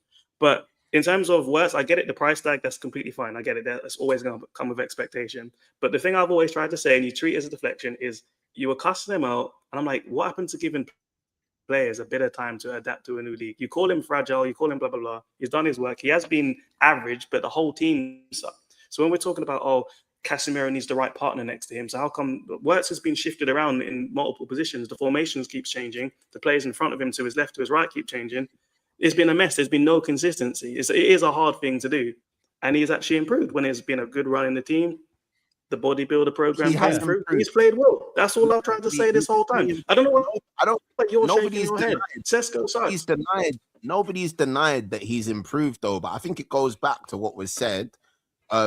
Originally when this was brought up, what I started trying to make an analogy for, and you got a bit feisty, like it's one of them things where you're trying to say like, oh yeah, like he's like improved. Yeah, he has improved, but let's be real, he was a transfer record fee signing.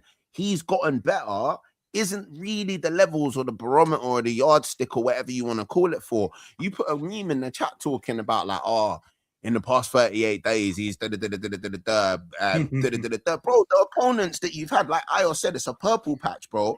Man are talking about beating Wolves. Man are talking about drawing with Leeds. Man are talking about drawing with Fulham, drawing with Burnley, beating Bournemouth, and beating Newcastle. That's what you're talking about. And you drew with us, and he weren't the guy in that game. Carry it back as well. So don't act like we're being mad for being like, okay, cool, he is playing better. You know, he's been in England for however many months. I'm glad he ain't got jet lag anymore. Like, and then secondly, don't be mad at Arsenal fans, especially for being like, don't chat about him and Saka like them. All right. Like, since we're talking about Wirtz this season, can we please talk about compared to how he's been in previous seasons? Okay. And if you want to think he's been good performance-wise? I think he's been good. Like overall, I think he's been good. You're the most complete team. You're the most complete team with great rotation on the bench. He hasn't hit the levels. He's actually been your MVP. He hasn't hit the levels that we want or expect from him. But also, as you just said, we are the best team. We do have great depth. He hasn't needed to hit the levels that he's had to hit in previous seasons. And I'm grateful for that because it looks like he gave up one of his flipping hamstrings for us to win nothing. Yeah. So I'm glad that he's getting a flipping rest now. When he's on the pitch, he is always our best attacker, right? So you can say, is he our MVP? No, because it's Gabriel, right? Gabriel is our MVP. When it comes to our attack, which I know a lot of people will say is not good enough in this, that, and the other, right? He is always our best attacker on that pitch. There are games where Rice has a good game. There are games where Martinelli has a good game, etc., etc. But when you've got Saka on that pitch, he is either your best attacker or you're very close to best attacker. He's either second or first. And bear in mind, and this is what we want to say, right? Like he gets injured and whatever else. You're making the case that Wirtz should be given some time, whatever else. Should a person that's not completely wrecked his hamstring, that we've all agreed has been played far too much when he shouldn't have been played because of our manager, you don't want to give him time. What I'm going to say to you is, please just keep the same energy. I will give your players grace when you give my players grace. And then we can have a a conversation and we can be okay with each other. You've literally seen me slander my team for like 20 minutes after a win. I don't give them any grace. Don't worry about me giving them grace. I insult Liverpool more than you lot do combined. You're the only reason. I don't expect us to give him grace. This is nonsense. If Gyökeres didn't score for 18 games, you lot would not have shut the fuck up about it till now. This is bullshit. I'm not going to be gaslit. I'm not going to be gaslit. Bro's outscored most of you, man. Better than your lanky fucking NBA player. Technically, that's just Premier League stats only. He had scored in Europe by then, just saying. Bro, but ridiculous. No, I look to put a ribbon on this, yeah. I get what Khem's saying, but it's just ideal, like airy fairy. Like, of course, we would love to give everyone lots of time to join the league and acclimatize, but this is just the path that we've all had to go down, right? And you guys are now joining that, you know, biggest club and all that kind of stuff. But you finally joined it with all the big signings that you've done, and you understand what this big signing pressure is. right? United have been there, obviously, been one of the trailblazers for just pissing away money on people and having all that expectation. Chelsea have been there. Arsenal's got Declan Rice and changed the whole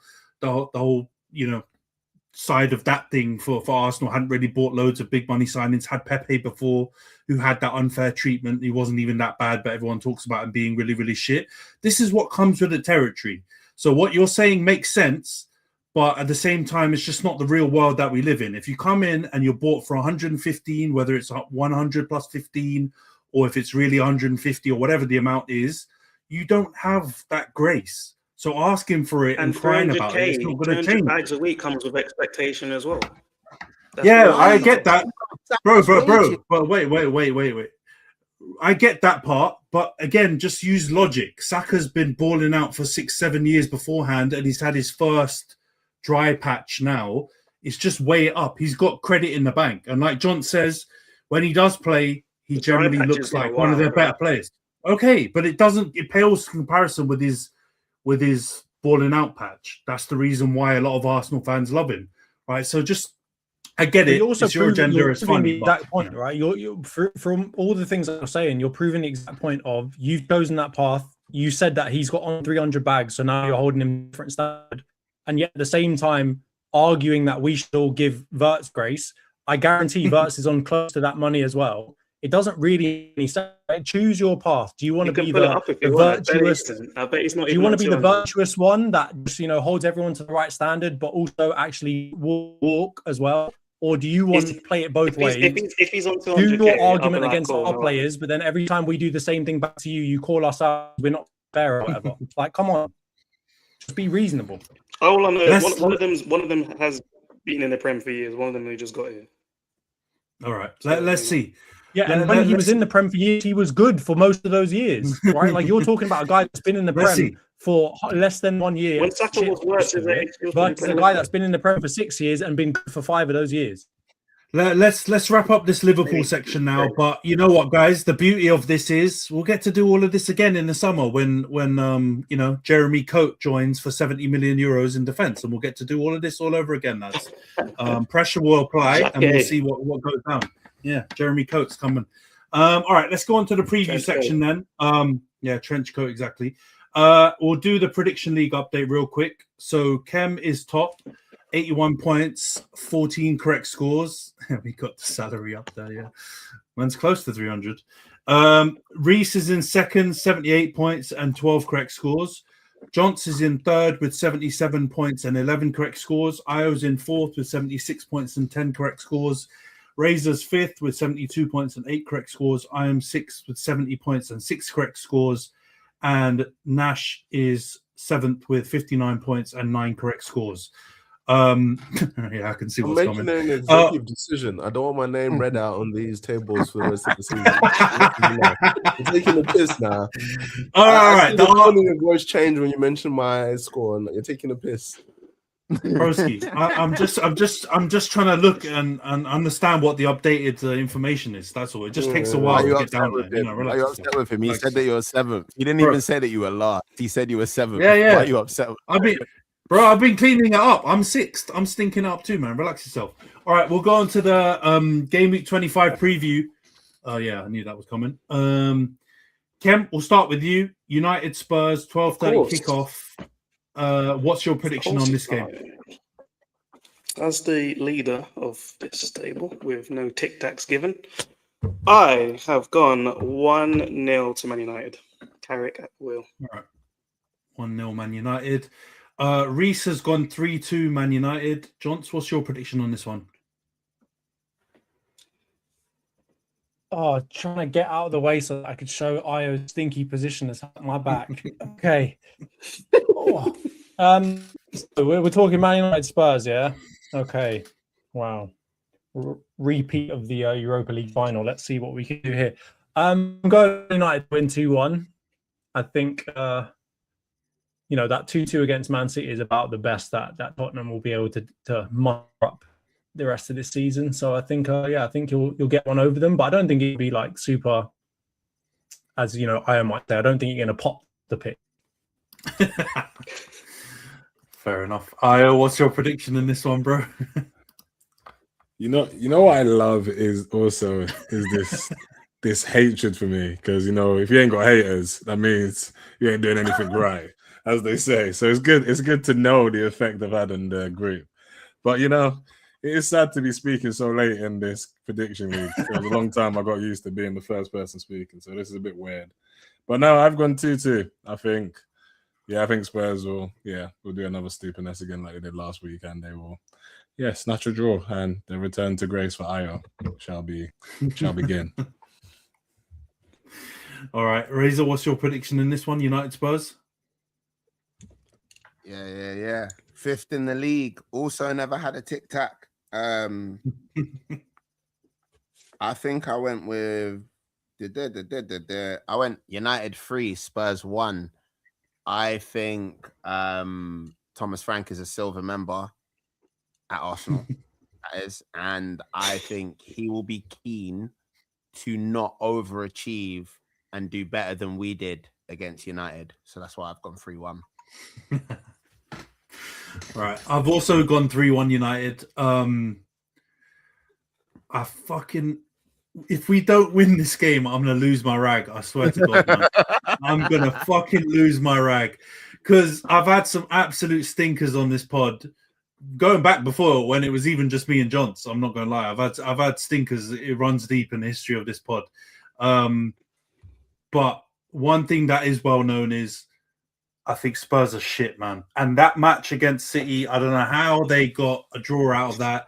I'm convinced Paqueta was involved somewhere and there was some dodgy bets allegedly going on somewhere, because there's no way City were absolutely popping them, to use, a common phrase on this pod. And how that fucking ended up 2-2, God knows. And if we don't win this game, I don't know, man. I don't know. I don't know if I'll even have words left, because Spurs are shit. And if we are on this Carrick bounce and we can't beat Spurs at home after what they've done to us in the last... I read that. We haven't beaten them since 2022. Fucking Eric Ten Hag days was the last time we beat them. What part of you guys conceding so many goals in these last few games think that Spurs aren't scoring? Or aren't going to... Bro, you guys are leaky. No, I know, but you get I think this idea of you guys beating Spurs consistently. This is the only reason I went for a draw. I don't think Spurs are good. I just think against you guys, especially Fulham came back as well from 2-0 down, and Spurs just did the same thing to City. I feel like Spurs either win the game. I don't think it's gonna be easy for you boys at all. To be fair. Wait, were you about to say either Spurs win the game or it's a draw? Because if you do, I think I'm gonna have to join this hater club. No, I think I genuinely honestly think you guys, if it's not going to be a draw, I genuinely think Spurs beat you. Honestly. So yes, you know what? Fuck you, Io. I'm in the haters club, man. There's no way you can consistently disrespect my club on this pod. Right? That's just great. He's trying to do a differential because he's been sliding down the table. What makes you think struggling that they're going to be able to beat Man United, right? I know that you're saying that they came back against City, but you like in previous seasons they were beating City. Even their 100%. Judge team that they've got crazy aura over, they still can't even beat them. Oh no, they're terrible. Man United who did not hold on to a lead under Amorim, and now they managed to hold on to one against Marco Silva while also popping us off the pitch apparently. And Man City. Bro, you're giving you even mentioned that Fulham are they're shit, as if they're not way higher than Tottenham in the table. I didn't say Fulham are shit. No, I think it makes more sense. The reason I think Spurs are going to get a result is because the fact I feel like United is going to keep concede to it. They concede a lot. They might be winning these games, but apart from the Fulham game, the City game they dominated. Against us, they quote unquote popped. And then Fulham, it was like Fulham could have won that game. And Spurs, I think Spurs are going to be in a high, obviously, because they just came back against City. And for some reason, against United, Spurs are always going to play their best anyway. That's the reason. I don't think it makes any of it. Spurs are a bad team. I just think in this game, I can just see United riding high off these 3 wins, feeding themselves. And then, we go again for it. I'm hoping for a draw. But if it's not a draw, I generally think Spurs are going to win the game. I don't see United winning for some reason. I don't know why. How many points is Ray behind Ayo? Johnson, can you just... Big man. I'm in 5th I'm fifth and I never There we get this much time to justify my wild predictions. Why is the guy in fourth getting bare screen time for his prediction? You know, he The just, hate he going just on? It was a He's conversation. high- How was it Sorry. just how No. was it just me? It's a conversation. You man are sensitive today, cuz. Lord have mercy. but bro, I Um, do the one thing I do. Now, the one thing I do agree with, because it was my prediction that ended up kicking all this shit off, is that I never said at any point that we're gonna like coast this game, right? Like I just said, if we don't fucking beat Spurs, I'm gonna lose my mind, which I still stand by because Spurs are diabolical. But I do agree. The only thing I do agree with, what I just said is we're not keeping a clean sheet. I've been arguing on this every single time someone says a nil versus another team against United. That's not happening. Because we leak goals, but the difference is now we actually score goals. So I back us to score more And goals than Spurs leak do. goals. Yeah, Spurs leak stink. goals and can't seem to score goals either. And you're talking about at least Man United have a good attack, at least. Yeah. So anyway, my prediction is also 3-1. Nash, what's your prediction on this one, bro? 3-1. Let's keep it moving. Oh. You guys did all the talking. 3-1. Let's keep it moving. You're starting to realise why they're at the bottom of the table. All right, cool. Khem, what's your prediction? Arsenal Sunderland. 2-0 quadruple chase. So 2-0 to Arsenal, I assume. Yeah, of course. All right, Reese has gone 3-0 Arsenal. Johns, what's your prediction in this one?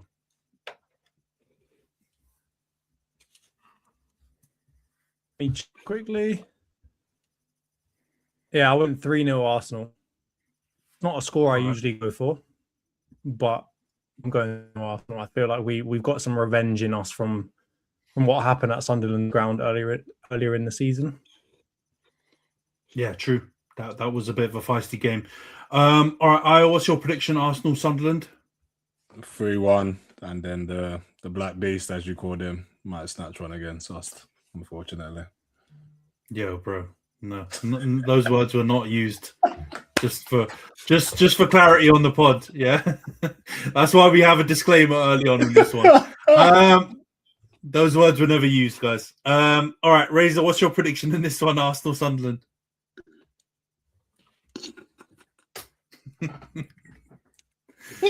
Oh man, fucking hell. Hey, what the fuck? 3-0. For Arsenal. I'm done. Yeah, man's on a rampage now. He's getting everyone back for all the slander that's been aimed. Shout out Brobby one time. Shout out Brobby. That's the boy. Mate, Brian Brobby's turning up, man. I don't know what you're trying to say. Brian Brobby's a good player. Ten Hag wanted to get him for United at one point. I was high on the Brobby train. All right, I've gone 2-0 Arsenal versus Sunderland. I don't think this will be a cakewalk, but yeah.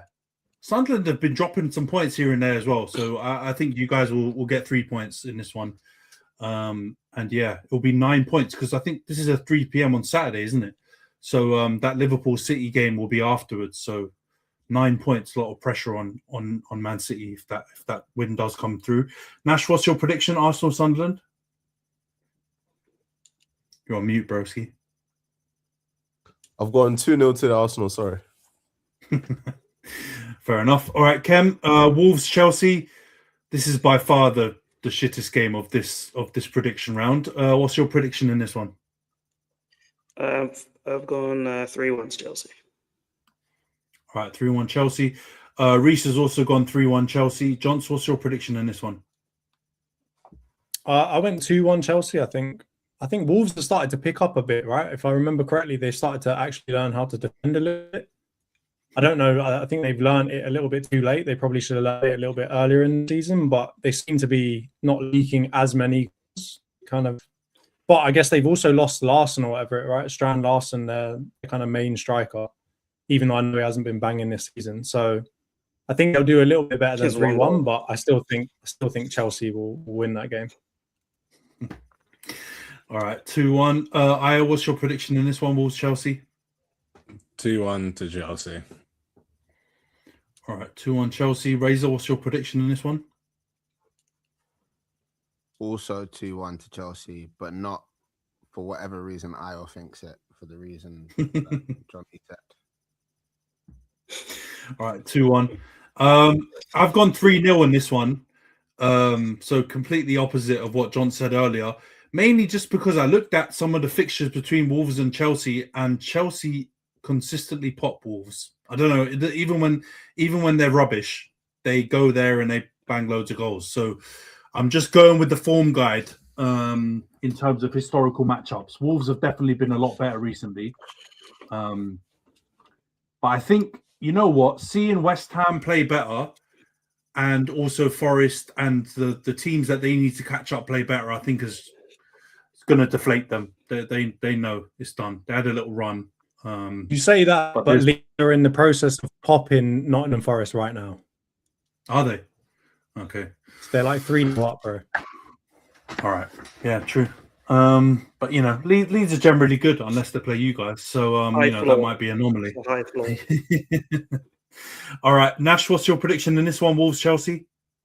On the next episode of Apple TV's Ted Lasso, Liam has a mid-season redemption arc. 3-1. 3-1. All right. Believe. I'm assuming believe, exactly. All right, cool. 3-1 Chelsea. All right, the second Big Six fixture we'll predict, Khem. It's your team, Liverpool at home to City Sunday, a Super Sunday fixture. What's your prediction in this one? Biggest game of the week. Two best teams of the last decade. To reflect my position in the table, 1-1. All right, Reese has gone 2-1 Liverpool. Johns, what's your prediction in this one? It pains me to say it. I've gone same score as Khem. I've gone for a 1-1.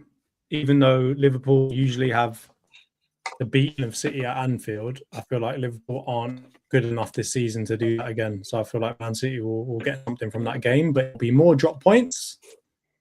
And if my Arsenal prediction comes true, I think it will be, 9 points ahead potentially? Or no, 8 points ahead. So yeah, 8 points. Let's hope that comes true. Io, what's your prediction in this one? I've gone 2-2, I believe. Let me double check. I think so. Yes, 2-2 Liverpool, Man City. I think they're both conceding goals, but I think they both can score goals. So, you know, a healthy mix. So fingers crossed. And that means drop points for City and some correct scores. So, yeah. Yeah. All right. Another draw. Razor, what's your prediction in this one? Unlike these man and Liam Rossignol at the Emirates, I am not a coward. I have gone with full-on hopium. I have gone 2-1 Liverpool because it would make me very happy, and B, I knew that even the Metropolitan line Scouser wouldn't predict a Liverpool win, so I've gone for differential. Chat to me. That's all right, man. You're working your way up to third place, my best friend. Let's go. Metropolitan line Scouser is the best. That needs to be your title from now on. Okay, class. 2-1 Liverpool. Yeah, so I've also gone big old hater, and I've gone 2-1 Man City. Come on, the City. Even though they're ahead of us, I don't give a shit. You got to beat Liverpool. Those are crazy words coming from a United fan. Come on, City. Thank you. That is crazy. Look at them. They want you to glaze Arsenal again. You see, this is what you've done. They assume you're a Cosmet fan. This whole time. Look at what you've done. That's not even glazing Arsenal. He's literally saying that the thing that would be worse for us is the thing that is going to happen. Broski, our local because he's being honest again. He's got his chest out again because of Carrick. That's why he's being himself. I didn't say come on Spurs when I spoke for Spurs. He said come on City. Come on City. Nasty. Come on, man. It makes it worse that you're not wearing a Man United shirt again. You're not wearing a Man United colour. Roy Keane I've got to put Under Fire host back in my subtitle because this episode's been mad thing. But I'll run it back. Come on, City. Fuck Liverpool. 2-1 Man City would make me super happy.